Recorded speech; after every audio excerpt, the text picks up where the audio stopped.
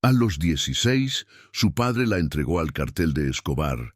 Lo que siguió impactó a todos. El silencio en la oficina principal de la Hacienda Nápoles era tan espeso que se podía masticar. Afuera, el calor de la tarde antioqueña aplastaba la selva, pero adentro, el aire acondicionado zumbaba como un insecto atrapado, el único sonido aparte de la respiración contenida de 3 hombres que eran más peligrosos que cualquier fiera. Pablo Escobar, sentado detrás de su escritorio de caoba maciza, no levantaba la vista de unos papeles que parecían absorber toda la luz de la habitación. Frente a él, de pie sobre una alfombra persa que había costado más que la vida de muchos hombres, no había un político tembloroso ni un traidor suplicante. Había una muchacha, Sofía, 16 años tallados en una figura frágil que, sin embargo, se mantenía erguida con la barbilla levantada en un desafío silencioso que era pura demencia en ese lugar. A su lado, Popeye y el topo la miraban como 2 lobos miran a un cordero que se ha metido por error en su guarida. El patrón finalmente dejó los papeles a un lado, su movimiento lento, deliberado, cada gesto una pieza en un juego que solo él entendía. «Así que tú eres el pago», dijo.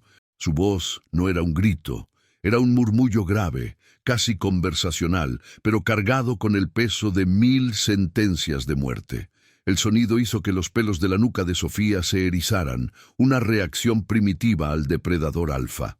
«Tu padre me debía una vuelta muy berraca, ¿sabías? Una deuda de hombre».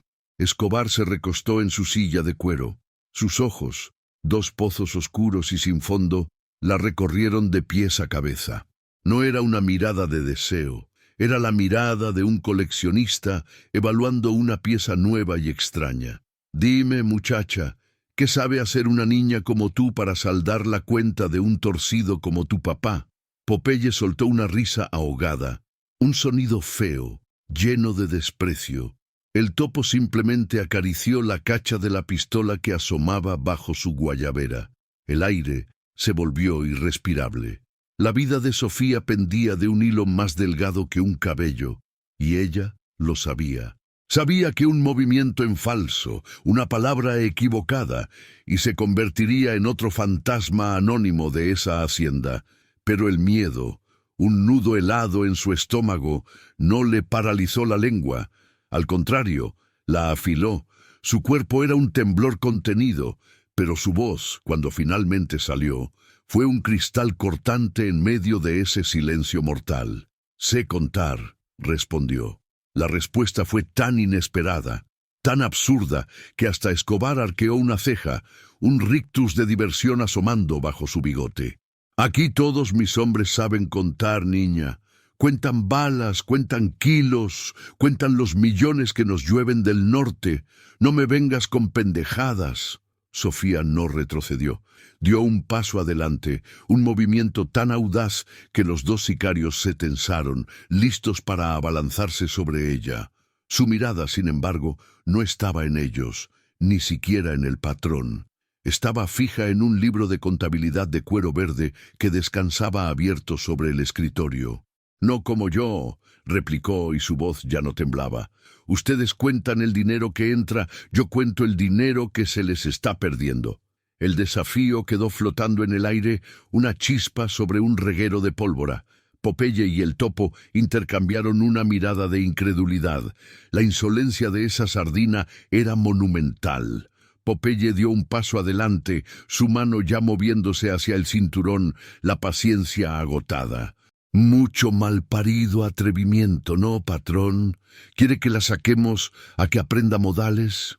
El destino de Sofía estaba a punto de sellarse, un final rápido y brutal como el de tantos otros que habían osado faltarle el respeto al hombre más poderoso de Colombia. La habitación pareció encogerse, el tiempo se detuvo. Cada segundo era una vida entera. Pero justo cuando el sicario iba a agarrarla del brazo, la voz de Escobar resonó, tranquila, pero con un filo de acero. «Quieto, Popeye». El patrón levantó una mano, un gesto mínimo que detuvo el mundo. Sus ojos ya no mostraban diversión. se habían clavado en Sofía con una intensidad nueva, depredadora y, extrañamente, curiosa. El juego acababa de cambiar. Ya no era un acreedor frente a una prenda. Era un rey que acababa de escuchar un acertijo que no esperaba. La vida de Sofía seguía pendiendo de un hilo, pero ahora, ese hilo no parecía tan frágil. Si te está atrapando esta tensión y quieres saber cómo una simple muchacha pudo llegar a este punto de no retorno, suscríbete a nuestro canal para no perderte ni un segundo de cómo se desenreda esta historia. La osadía que Sofía demostró frente al patrón no nació en cuna de oro ni en salones de lujo. Se forjó en el fuego lento de la desesperación, en el olor a rancio de un fracaso que lo impregnaba todo. El mundo de Sofía no era la Hacienda Nápoles, sino una pequeña tienda de abarrotes en el barrio Manrique, un local oscuro y triste donde las deudas se apilaban más alto que las latas de sardinas en los estantes. Esa noche, la bombilla del techo parpadeaba como un corazón a punto de rendirse, arrojando una luz amarilla y enfermiza sobre los números rojos que llenaban el cuaderno de contabilidad. Afuera, los sonidos de la ciudad se mezclaban.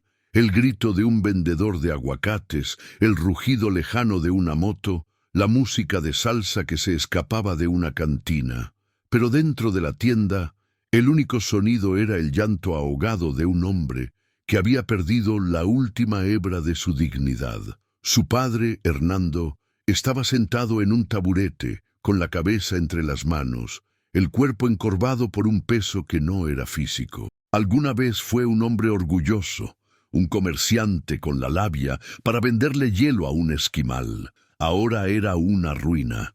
El juego, esa enfermedad del alma, se lo había comido por dentro, dejándole solo el cascarón. Sofía, de pie frente a él, no sentía lástima, sentía un frío que le recorría la espalda. Llevaba años viendo cómo la tienda se desangraba, cómo su padre apostaba el dinero de la comida a una partida de cartas o a una carrera de caballos, siempre con la misma promesa vacía.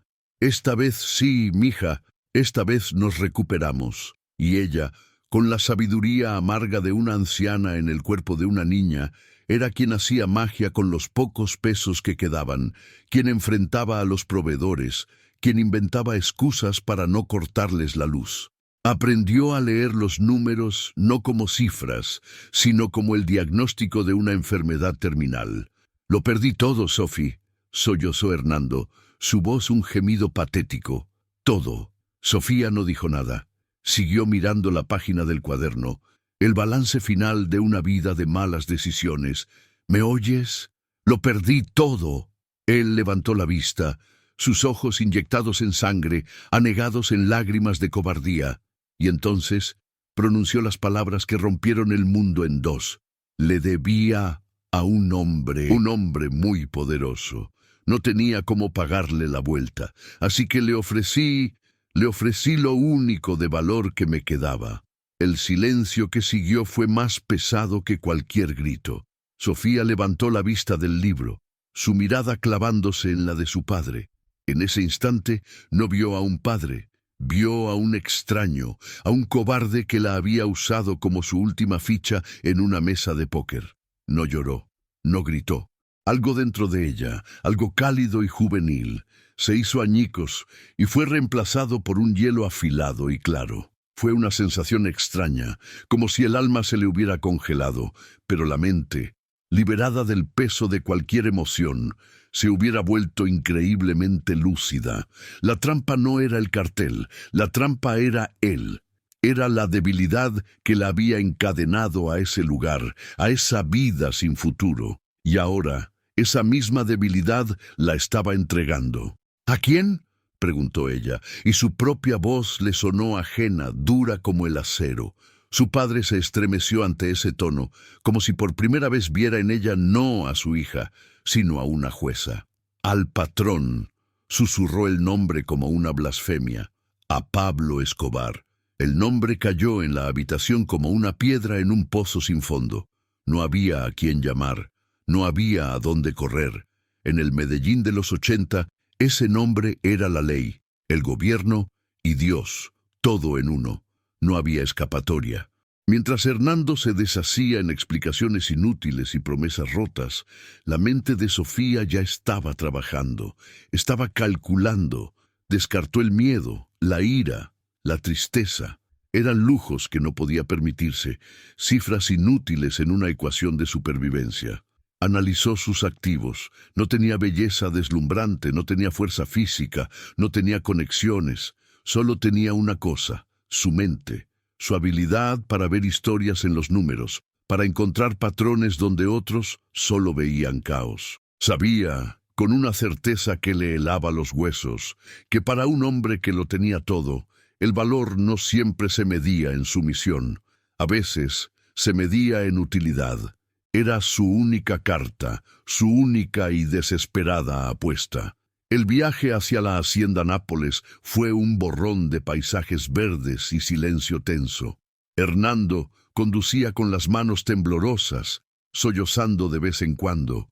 Sofía miraba por la ventana, pero no veía los árboles ni las montañas. Veía columnas de cifras, balances, posibles escenarios. No pensaba en la muerte. Pensaba en cómo presentarse no como una víctima, sino como un activo. Estaba afilando su única arma, preparándose para la única batalla que importaba. Cuando el carro finalmente se detuvo ante el arco monumental que anunciaba la entrada a ese reino de poder y muerte, supo que la tienda de abarrotes, su padre, su vida anterior, todo había quedado atrás. Era una fantasma entrando en el infierno. La caída de Hernando no fue un derrumbe repentino, sino una lenta erosión, como una roca carcomida por una marea implacable. La deuda inicial, la que le robaba el sueño por las noches, había empezado como una cifra que, en su mente de jugador empedernido, todavía parecía remontable.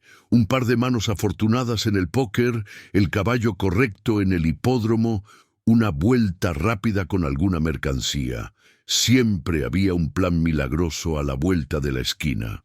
El primer cobrador que apareció por la tienda era un tipo flaco y nervioso, un sapo de bajo nivel que hablaba más de lo que actuaba. Le dio una semana, con los intereses correspondientes, claro. Para un hombre como Hernando, adicto a la adrenalina del riesgo, una semana era una eternidad llena de oportunidades. Pero la suerte es una dama caprichosa que rara vez baila con los desesperados. Hernando apostó el dinero de la mercancía a un gallo de pelea que, decían, era una fiera invencible. Vio cómo su gallo, su única esperanza, terminaba con el cuello roto en la arena del reñidero. El dinero se hizo humo. Para pagarle al proveedor y tapar ese hueco, pidió prestado a otro contacto, uno con la mirada más fría y el carro más lujoso. La deuda se duplicó. La espiral había comenzado y lo arrastraba hacia abajo con una fuerza brutal. Intentó una última jugada maestra, una partida de cartas clandestina en el sótano de un bar del centro, un lugar que olía a cigarrillo rancio y a vidas rotas. Perdió hasta el reloj que le había regalado su padre. La deuda, ahora, era un monstruo de 3 cabezas y cada una le pertenecía a alguien más peligroso que el anterior. La presión cambió de tono. Ya no eran las llamadas a deshoras ni las visitas del cobrador flacucho. Empezaron las maniobras de terror psicológico, una especialidad de la casa. Un día, mientras Sofía atendía la tienda sola, entraron 2 hombres que no compraron nada. Simplemente se pasearon por los pasillos, mirando los estantes, mirándola a ella. No dijeron una palabra, pero su silencio gritaba una amenaza que helaba la sangre. Otra tarde, cuando Hernando salía de la tienda, un carro lujoso se detuvo a su lado. El conductor bajó la ventanilla y con una sonrisa que no le llegaba a los ojos, le dijo: «¡Qué niña tan berraca la suya, don Hernando! Muy juiciosa. Sería una lástima que le pasara algo en el camino al colegio, ¿cierto?» No esperó respuesta. Subió la ventanilla y se fue, dejando a Hernando paralizado en la acera, con el sudor frío corriéndole por la espalda. Habían cruzado la línea. Ya no se trataba de él. Habían puesto a Sofía en la ecuación. El punto sin retorno llegó una noche lluviosa. Lo citaron en una bodega en las afueras de la ciudad, un lugar desolado, donde el único sonido era el golpeteo de la lluvia sobre el techo de zinc. Adentro, bajo la luz amarillenta de una sola bombilla, no lo esperaba un simple cobrador. Lo esperaba el chuzo, un lugarteniente conocido por su frialdad y su eficiencia para resolver problemas. No hubo gritos ni golpes. El chuzo, sentado sobre unos bultos de lo que Hernando prefirió no saber qué era, le habló con una calma aterradora. Le explicó, como un contador explicando un balance, que sus deudas habían sido consolidadas. Ya no le debía a 3 tipos distintos. Ahora le debía a una sola entidad, la oficina. Y la oficina no aceptaba excusas. «Verá, don Hernando», dijo el chuzo, mientras pulía una uña con una navaja. «Usted es un hombre quebrado. Su tienda no vale ni el arriendo del local. Su carro es una chatarra. Usted no tiene con qué pagar, y eso, para nosotros, es un problema. Nos ofende. Nos hace pensar que usted cree que somos pendejos». Hernando balbuceó. Intentó jurar que pagaría, que solo necesitaba un poco más de tiempo. El chuzo levantó la mano para silenciarlo. «Pero el patrón es un hombre generoso. Él entiende que a veces un hombre se queda sin plata, pero todavía tiene cosas de valor». Dejó la frase flotando en el aire viciado de la bodega. Se levantó y le entregó a Hernando un sobre. Adentro no había una amenaza de muerte. Había una foto. Una foto de Sofía saliendo del colegio, riendo con una amiga. Una foto tomada ese mismo día. El mundo de Hernando se vino abajo. El aire se le escapó de los pulmones. Era un animal atrapado en una red de la que no podía escapar. La deuda ya no era una cifra, era la vida de su hija. «El patrón valora la lealtad y la familia», continuó el chuzo, su voz un susurro venenoso. «Y también valora la belleza. A veces, una deuda se puede saldar de otras maneras que no involucran dinero». Le dio una palmada en el hombro, un gesto casi amistoso que se sintió como una quemadura. «Piénselo, Hernando. Tiene 24 horas para traernos la plata, o para traernos una propuesta que le guste al patrón». Hernando salió de esa bodega y caminó bajo la lluvia, pero no sentía el agua. Estaba empapado en el sudor helado de su propia condena. Sabía que no había dinero. Sabía que no había escapatoria. Solo había una puerta de salida y para abrirla tenía que entregar la llave de la vida de su propia hija.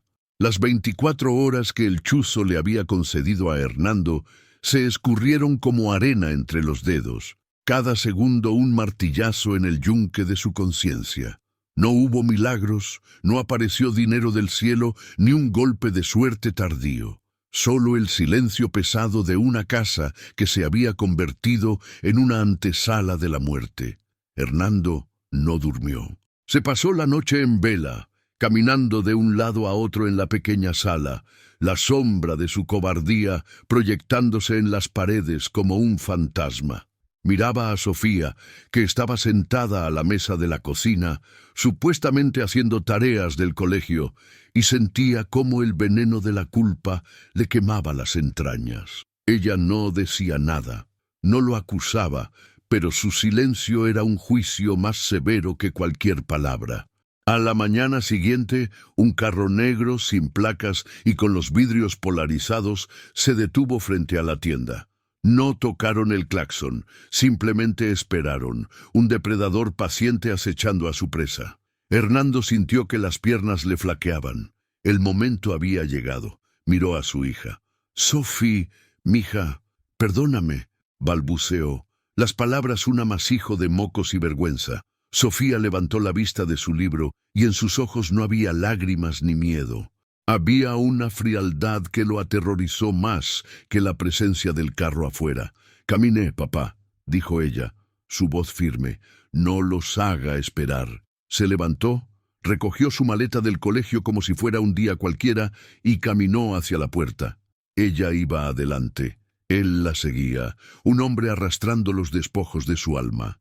El viaje a la hacienda Nápoles fue un descenso a los círculos del infierno. El chófer, un hombre con una cicatriz que le cruzaba la cara, no dijo una palabra en todo el trayecto. Hernando iba en el asiento trasero, temblando como una hoja, murmurando oraciones incoherentes. Sofía, a su lado, miraba por la ventana el paisaje verde y exuberante de Antioquia, pero su mente estaba en otra parte.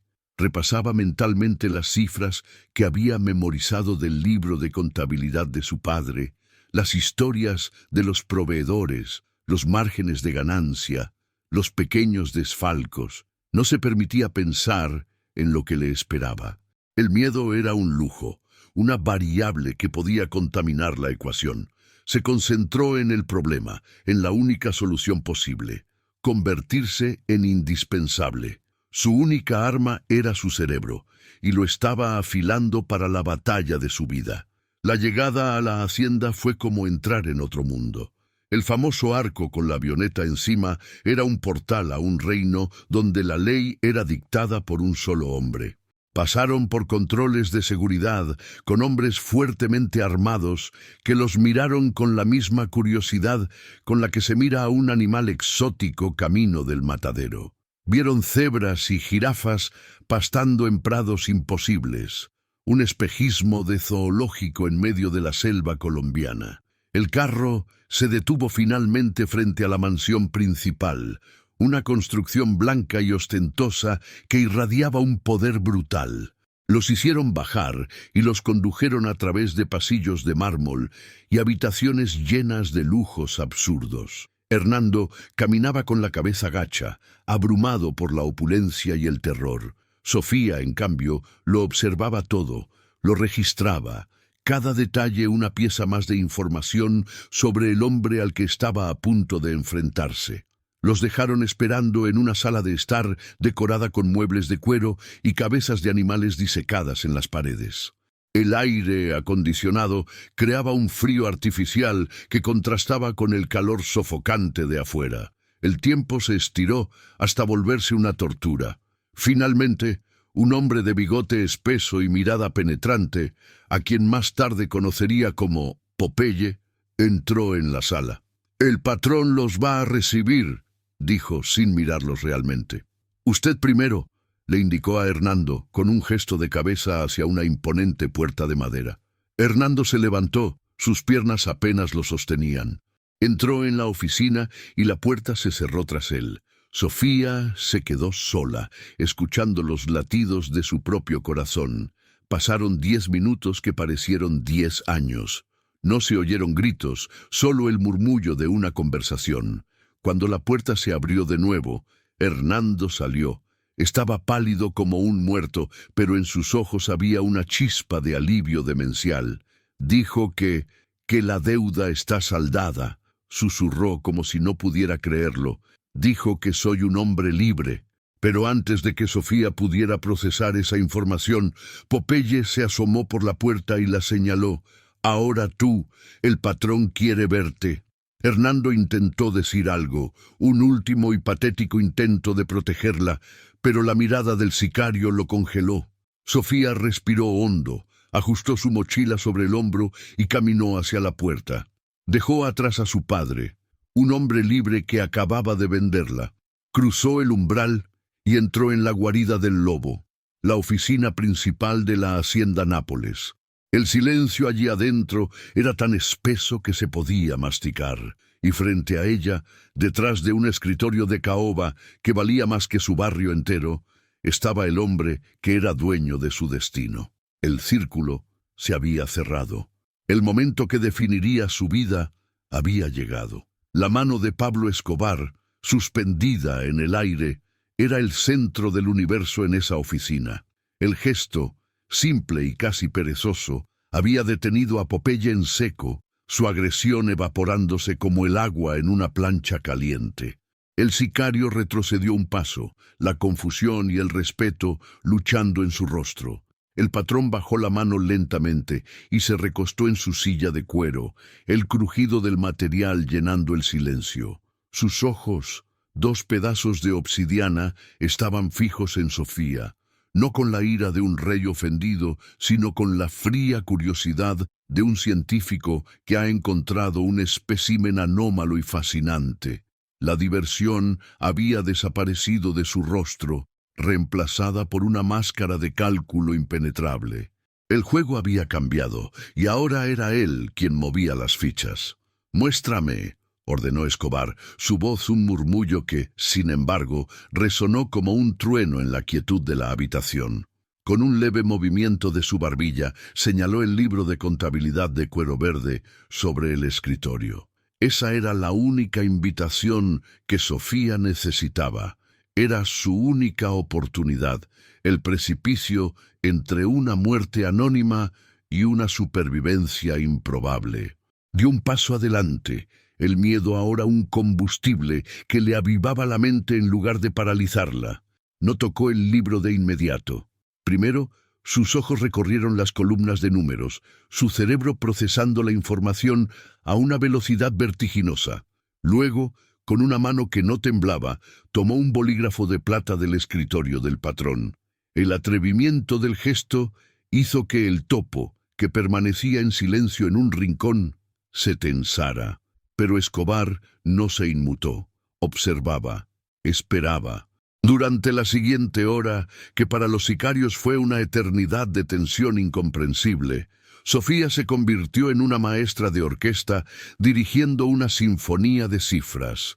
Su voz, clara y precisa, desglosó las rutas del dinero. «Aquí, patrón», dijo, su dedo índice siguiendo una línea de ingresos provenientes de la plaza de Miami.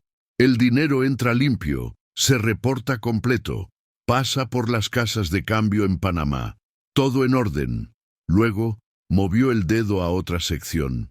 «Pero aquí, en la consolidación final, antes de que el dinero se invierta en propiedades o negocios fachada aquí en Colombia, hay una fuga.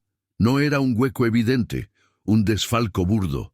Era un robo de hormiga, una obra de arte del engaño financiero, pequeños porcentajes, 0.5% aquí, 0.7% allá, desviados sistemáticamente a través de una serie de cuentas fantasma.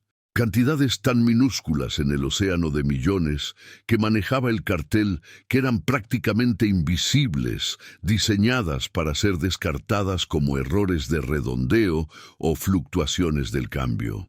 «El patrón es siempre el mismo», continuó Sofía, su confianza creciendo con cada palabra. «Ocurre solo con los cargamentos que superan cierto volumen, y siempre se autoriza con la misma firma en clave».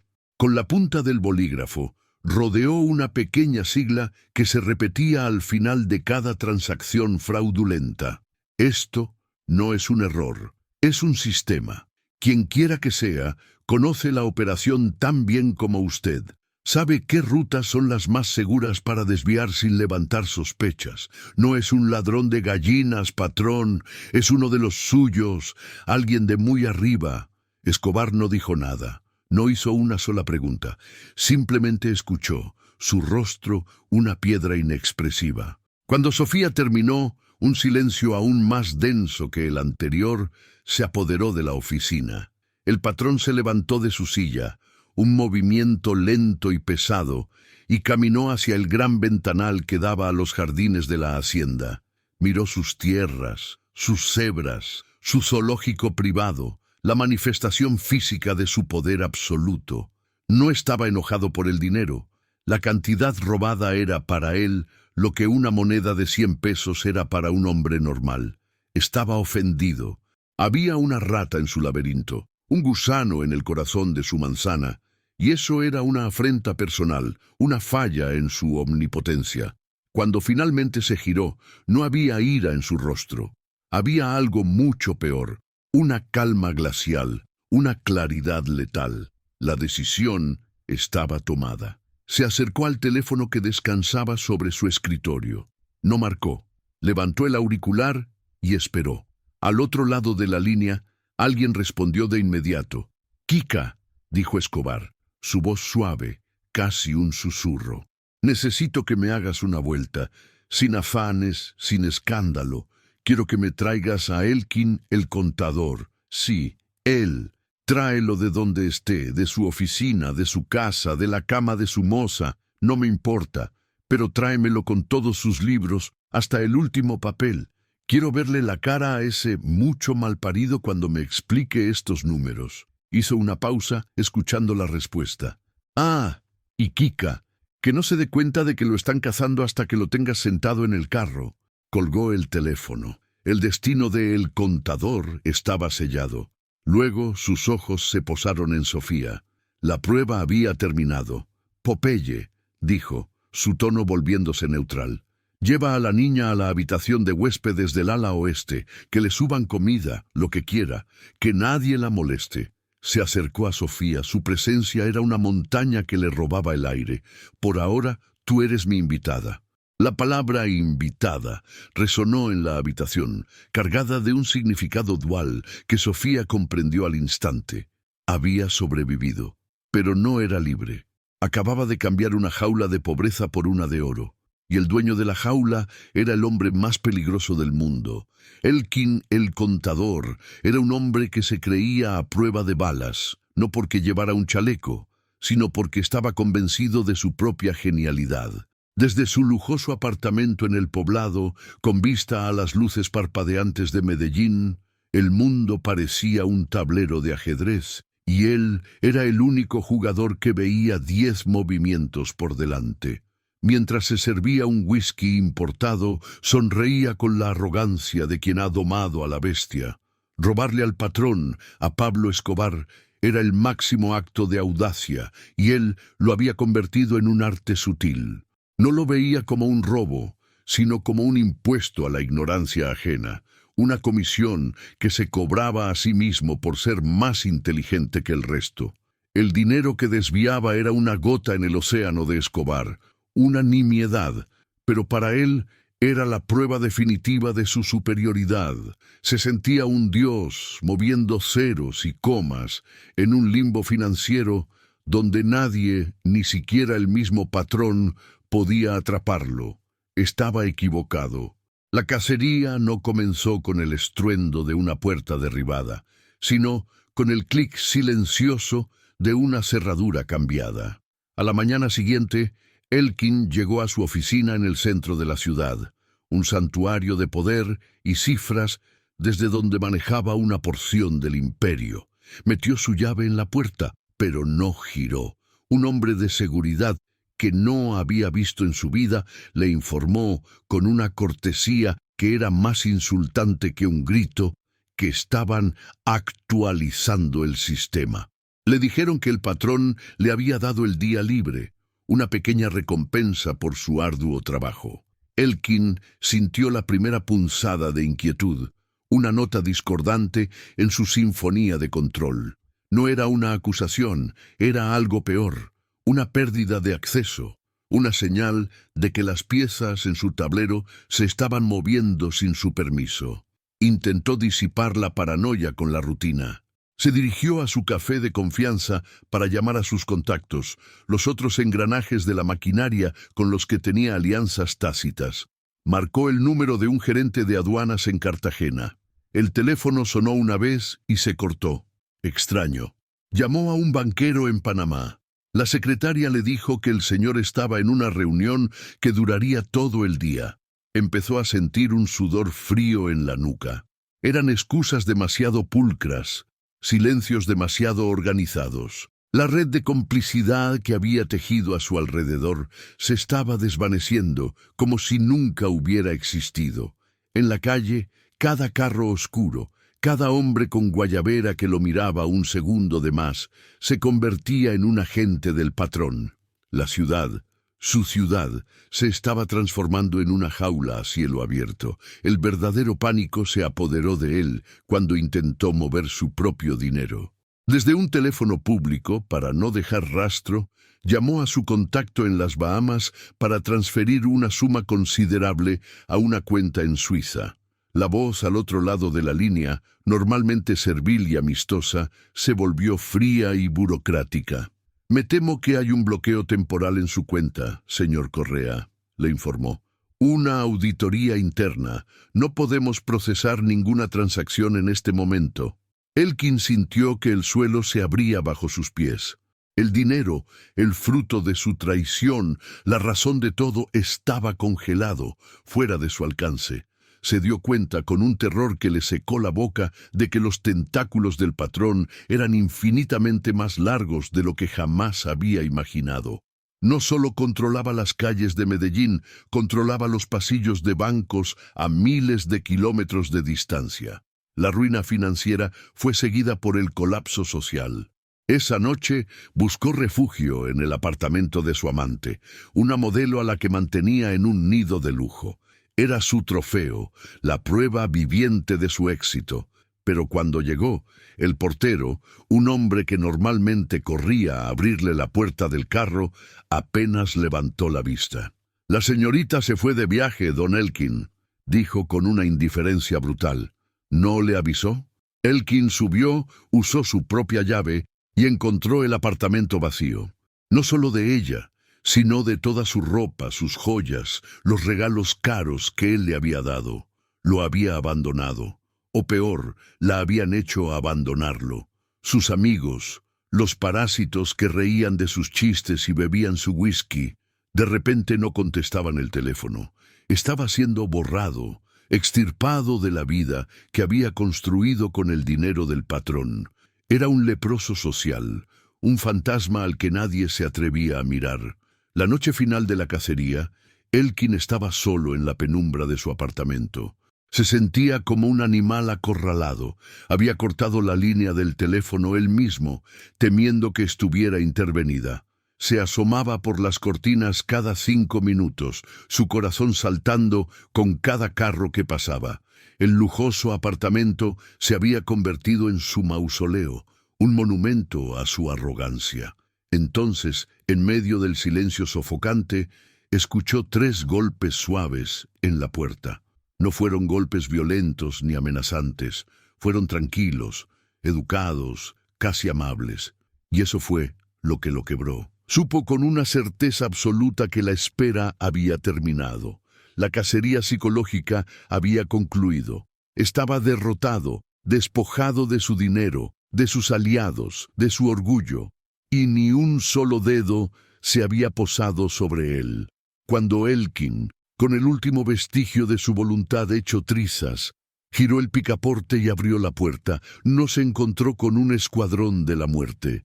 No había fusiles M16, ni gritos, ni la violencia cruda que esperaba. Al otro lado del umbral, en el pasillo impoluto de su edificio de lujo, había un solo hombre. Vestía un traje de lino impecable y sostenía un sombrero en la mano, un gesto de cortesía casi teatral. Era Kika. Sus ojos, sin embargo, carecían de cualquier amabilidad. Eran los ojos de un funcionario que viene a realizar un trámite inevitable. «Don Elkin», dijo Kika con una voz tan suave que Elkin tuvo que esforzarse para oírla. «Buenas noches. Qué pena la molestia a estas horas. El patrón quiere tener una palabrita con usted. Nos hace el favor y nos acompaña».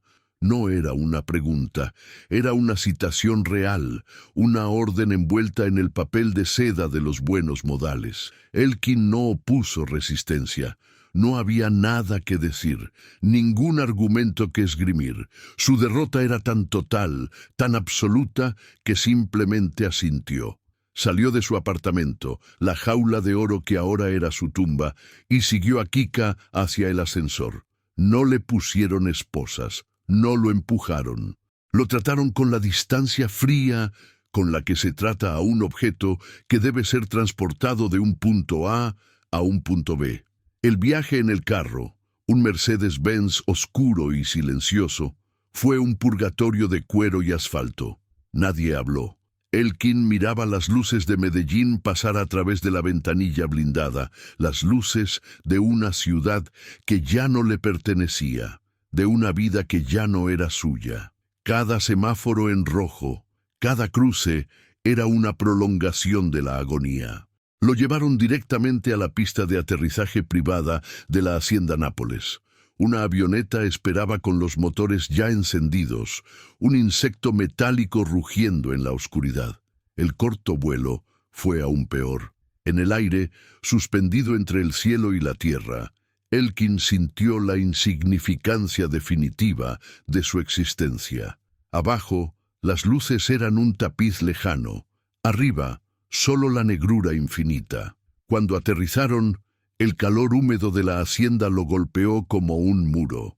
Lo condujeron, una vez más en silencio, a la oficina principal. La escena que lo esperaba allí estaba calculada para la máxima humillación. Pablo Escobar estaba sentado detrás de su escritorio, no con cara de ira, sino con una expresión de profunda decepción, como un padre frente a un hijo que ha cometido una falta imperdonable. A un lado, Popeye y el topo lo miraban sin expresión, dos estatuas de la muerte.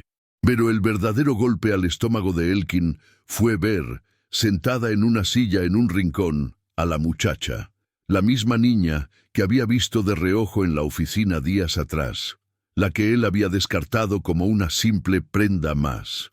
Estaba callada, observando todo con una inteligencia fría y distante que lo hizo sentir desnudo.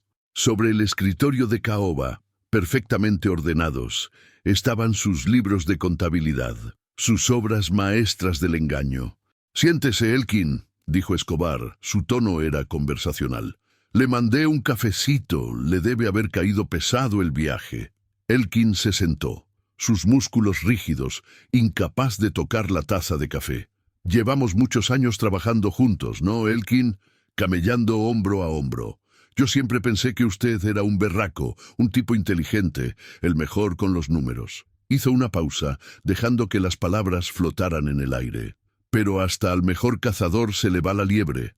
Y a usted, socio, no se le fue una liebre, se le fue la manada entera». Escobar no gritó, no lo insultó con groserías. Su arma era la calma, una precisión quirúrgica para desmantelar el alma de su oponente. Abrió uno de los libros. «Verá, a mí me gusta el orden, me gusta que las cuentas estén claras. Y las suyas, Elkin, las suyas son un poema a la traición». Con un dedo, señaló una de las entradas que Sofía había identificado. «Esto de aquí, este desvío, es bonito, pequeño, casi invisible. Hay que tener mucho talento para robar con tanta delicadeza. Lo felicito». Cada palabra era una gota de veneno. «El problema es que usted pensó que aquí todos éramos unos gadejos, unos brutos que solo sabemos echar bala. Y a veces, la inteligencia no está donde uno cree». Entonces Escobar miró a Sofía. «Levántese, niña». Sofía se puso de pie y se acercó al escritorio. No miró a Elkin. «Este hombre», dijo Escobar, señalando a Elkin como si fuera un insecto bajo un microscopio, «creyó que podía meterle los dedos en la boca al león, pero se le olvidó que hasta en la selva más espesa siempre hay ojos que lo ven todo». Su mirada volvió a Elkin, y ahora había un brillo de acero en ella. «Le presento a Sofía. Ella no es contadora, no tiene títulos, no viste trajes caros. Ella es solo una niña a la que su papá, un torcido como usted, me entregó para pagarme una deuda. Pero esta niña, Elkin, vio en una hora lo que usted creyó que podía esconder para siempre. Esa fue la estocada final. No fue la acusación de robo, sino la revelación de quién lo había descubierto. Una niña, una prenda. La humillación era absoluta, un ácido que le quemaba el orgullo hasta los cimientos. Su complejo andamiaje de superioridad intelectual se había derrumbado, demolido por la lógica implacable de una adolescente. «Y ahora», continuó Escobar, su voz bajando a un susurro gélido, «viene la lección, porque aquí los problemas no se arreglan con plomo, se arreglan con decencia.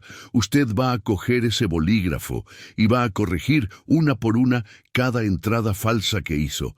Va a devolver en el papel hasta el último centavo que se robó. Quiero que vea su propio robo, que lo escriba con su propia mano. Quiero que sienta el peso de su deslealtad». Le acercaron el libro y un bolígrafo. Las manos de Elkin temblaban tanto que apenas podía sostenerlo. Bajo la mirada impasible del patrón, de sus sicarios y sobre todo, de la niña que lo había desenmascarado, Elkin, el contador, comenzó el acto final de su humillación, la confesión escrita de su propia y miserable traición. La lección no era sobre la muerte, era sobre la aniquilación del ego, una tortura mucho más profunda y duradera. La noche no terminó con una bala en la nuca. Esa habría sido una salida demasiado fácil, una misericordia que Pablo Escobar no estaba dispuesto a conceder. Después de que Elkin, con la mano convertida en una garra temblorosa, trazó la última cifra que certificaba su propia traición, el patrón cerró el libro de contabilidad con un golpe seco que resonó en el silencio como un martillo de juez. No le dirigió ni una palabra más. Simplemente hizo un gesto con la cabeza a Kika. «Llévelo de vuelta», ordenó, su tono tan desprovisto de emoción como si estuviera despachando un paquete. «Déjelo en la puerta de su casa, que vea bien lo que perdió». El viaje de regreso a Medellín fue una tortura de silencio y vergüenza. Elkin iba hundido en el asiento de cuero del Mercedes, su cuerpo un saco de huesos y nervios rotos. Cada luz de la ciudad que se acercaba era un faro que iluminaba su nueva realidad. Era un hombre marcado. No con un hierro candente, sino con algo mucho más profundo e indeleble. El estigma de la deslealtad al patrón. Cuando el carro se detuvo frente a su lujoso edificio en el poblado, Kika ni siquiera se giró para mirarlo. «Ya llegamos, don Elkin», dijo el chofer con una formalidad helada. Elkin bajó del vehículo y se quedó parado en la acera, viendo cómo el Mercedes-Benz se alejaba y desaparecía en la noche, abandonándolo en el umbral de una vida que ya no le pertenecía. La caída fue vertiginosa, una demolición controlada de todo lo que había sido. Al día siguiente, cuando intentó entrar a su oficina para recoger sus efectos personales, la cerradura había sido cambiada. El portero, un hombre al que le había dado aguinaldo por años, lo miró con una mezcla de miedo y desprecio. «Aquí ya no trabaja ningún Elkin Correa», le dijo, las palabras ensayadas antes de darle la espalda. Intentó llamar a sus socios, a los cómplices de sus desfalcos, pero sus números de teléfono ya no existían, o las secretarias le decían que no conocían a nadie con ese nombre. En menos de 24 horas, había sido borrado del mapa empresarial de Medellín. Era un fantasma corporativo. Su ruina financiera fue igual de sistemática y cruel. Sus cuentas bancarias no solo estaban congeladas, fueron vaciadas. El dinero, hasta el último centavo, fue repatriado a las arcas del cartel como compensación por los inconvenientes causados. El lujoso apartamento le fue arrebatado mediante una visita de un abogado con cara de pocos amigos, quien le presentó unos documentos de traspaso de propiedad voluntario que Elkin firmó sin siquiera leer. Le dieron 10 minutos para sacar sus cosas personales. Salió de allí con una sola maleta, despojado del nido de águila desde donde había contemplado la ciudad como su reino personal. El carro importado que tanto presumía simplemente desapareció del garaje. Lo habían despojado de todas las capas de su riqueza, dejándolo expuesto en su patética desnudez. Pero la verdadera tortura no fue la pérdida del dinero, sino la aniquilación de su espíritu. La noticia de su lección se había esparcido por el bajo mundo de Medellín como un virus. No se contaba en los periódicos ni en la televisión, sino en susurros en los cafés, en miradas de soslayo en los restaurantes, en silencios incómodos cuando él entraba en una habitación. Se convirtió en un paria, un sapo al que nadie se atrevía a dirigirle la palabra por miedo a contagiarse de su mala suerte. Los amigos, que antes competían por pagarle una copa, ahora cruzaban la calle para no tener que saludarlo. Su propia familia le dio la espalda, aterrorizada por las posibles represalias. Su esposa le pidió el divorcio a través de un mensajero y sus hermanos dejaron de contestarle el teléfono. Estaba completamente solo, aislado en una burbuja de miedo y desprecio. Los días de Elkin se convirtieron en una larga pesadilla. Sin dinero y sin nombre, terminó viviendo en una pensión de mala muerte en el centro, un lugar que olía a humedad y a fracaso. Pasaba las horas encerrado, atormentado por la paranoia.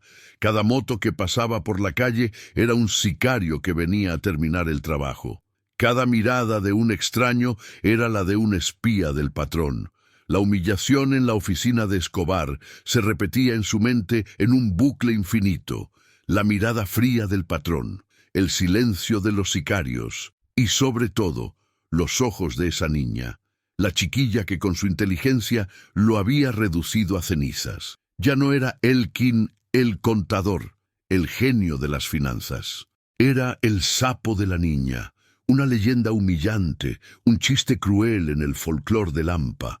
Su arrogancia, el motor de su vida, se había convertido en un cáncer que lo consumía por dentro. Estaba vivo, sí. Escobar le había perdonado la vida. Pero lo que le quedaba no era vivir. Era una condena a vagar como un muerto en vida, un espectro atormentado por el fantasma del hombre que alguna vez creyó ser.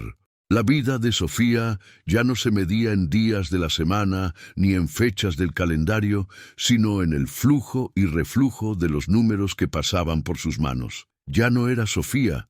Ese nombre, junto con los recuerdos de una tienda de abarrotes y un padre cobarde, había sido enterrado en una fosa común del olvido. Ahora era la contadora. Vivía en una suite de lujo en un ala restringida de la hacienda Nápoles, una jaula de oro con ventanas que daban a un jardín de orquídeas exóticas y guardias armados que patrullaban día y noche. Vestía sedas importadas, comía manjares preparados por chefs personales y tenía a su disposición cualquier capricho material que pudiera desear. Pero no podía dar un paso fuera de su perímetro asignado sin una escolta. No podía hacer una llamada telefónica sin supervisión y no tenía a nadie con quien hablar que no fuera un empleado o un sicario del patrón. Su trabajo era su vida. Se convirtió en la mente silenciosa y brillante detrás de la arquitectura financiera del imperio de Escobar. Su oficina era un santuario de orden y lógica en medio del caos sangriento del narcotráfico. Ella no veía la cocaína, no escuchaba los disparos, no conocía a las víctimas. Su mundo era abstracto, una realidad paralela hecha de libros de contabilidad, transacciones offshore, tasas de cambio y empresas fantasma. Optimizó las rutas de lavado de dinero con una eficiencia que asombró al propio Escobar, creando laberintos financieros tan complejos que eran prácticamente indescifrables para cualquier agencia de la ley. Era un arma, la más sofisticada y precisa del arsenal del patrón, y como toda arma valiosa, se mantenía pulcra, segura y aislada del sucio campo de batalla. Su poder era inmenso, pero también era una ilusión. Controlaba flujos de millones de dólares, pero no era dueña ni de su propio próximo aliento. Mientras tanto, la historia de cómo había llegado allí se transformó en leyenda dentro del cartel.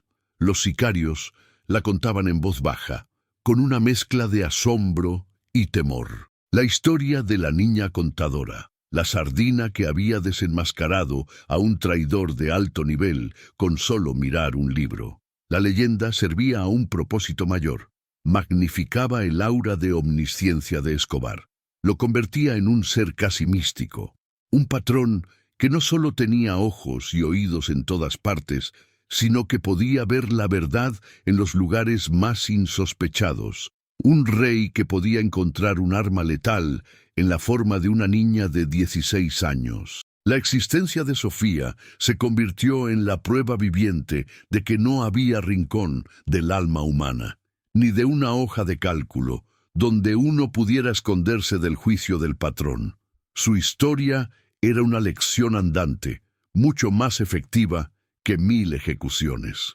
Su padre, Hernando, el hombre que había encendido la mecha de todo, recibió su libertad, pero descubrió que era un regalo envenenado. Liberado de la deuda, pero aplastado por el peso de su traición, se gastó el poco dinero que le quedaba en alcohol y apuestas aún más desesperadas. Su suerte, como era de esperar, no cambió. Terminó sus días en la miseria, vagando por las calles de Manrique, atormentado por el fantasma de la hija que había vendido. A veces oía los rumores sobre una misteriosa y poderosa contadora en el círculo de Escobar, y en su delirio de borracho se preguntaba si esa figura legendaria y temida podría ser la misma niña a la que le había enseñado a sumar y restar en la trastienda de su negocio fracasado. Murió solo, en un callejón, libre de deudas, pero prisionero de un infierno de culpa del que nunca pudo escapar. Sofía sobrevivió a Escobar, a la caída del cartel, a la violencia que consumió a Colombia. Pero la niña que entró en esa oficina nunca volvió a salir. El precio de su supervivencia fue absoluto. Su nombre, su familia, su pasado, su capacidad para confiar, para amar, para ser algo más que una calculadora humana. El patrón no la había matado. Había hecho algo infinitamente más cruel. La había vaciado de su humanidad y la había reconstruido a su imagen y semejanza. Eficiente, fría, poderosa y completamente sola. La había transformado en su más valiosa y prisionera posesión, una sentencia mucho más perversa que una simple bala. Su legado no fue de riqueza o poder, sino el eco silencioso de una vida que, para poder continuar, tuvo que dejar de existir.